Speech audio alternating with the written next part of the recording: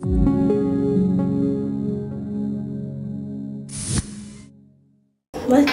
riding is pretty much really fun, which will give me my legs more stronger and more active.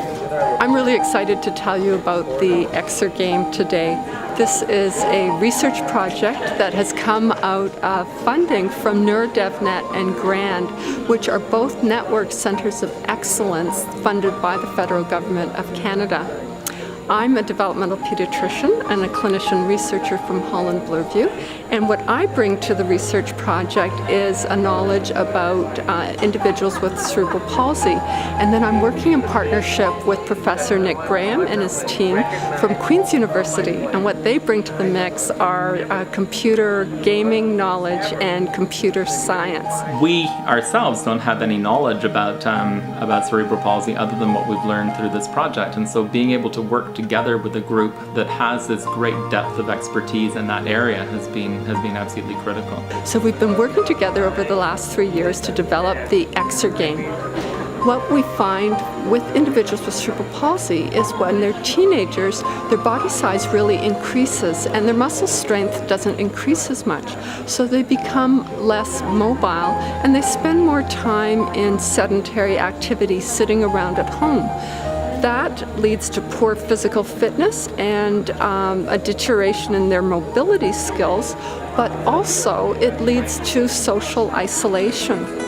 So our idea, we developed a stationary bicycle that by pedaling the bicycle, it powers the computer game. We spent quite a bit of time refining the designs of the games, trying to find a way of making the games exciting and engaging and action-packed, and yet still something that children with cerebral palsy would be able to play.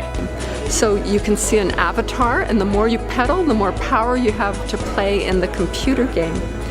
But we've made it even more fun than that. We can set up multiple bikes in multiple kids' homes who have cerebral palsy. They can go online in their Facebook, set up play dates, and play together.